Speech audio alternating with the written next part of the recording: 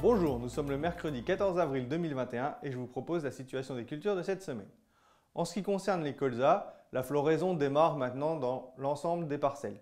Cette floraison est toujours timide du fait des épisodes de gel matinaux.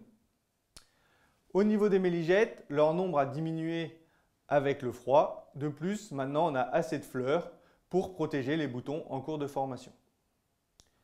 Attendre le stade G1 pour faire l'intervention fongicide. Donc pour rappel, le stade G1, c'est quand on a les 10 premières siliques formées.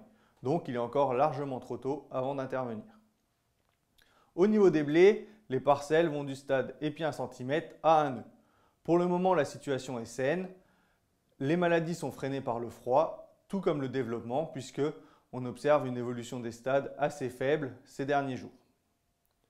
Au niveau des escourgeons, on est généralement au stade 1 nœud et 2 nœuds pour les parcelles les plus avancées. On observe depuis quelques jours des symptômes d'helminthosporiose qui sont en augmentation. Au moment de retour de conditions plus favorables, avec l'absence de gelée le matin et des températures un peu plus élevées la journée, il faudra commencer à envisager une intervention, notamment sur les variétés sensibles. Au niveau des dégâts de gel sur les escourgeons, on pourra observer quelques dégâts sur les parcelles qui étaient déjà vraiment avancées la semaine dernière, qui étaient proches du stade de nœud. Mais ces dégâts resteront marginaux. Pour les maïs et les tournesols, il faut encore attendre avant de semer, puisque là, on est sur des températures du sol vraiment basses et que l'objectif pour ces cultures, c'est que ça démarre rapidement pour éviter notamment les dégâts d'oiseaux.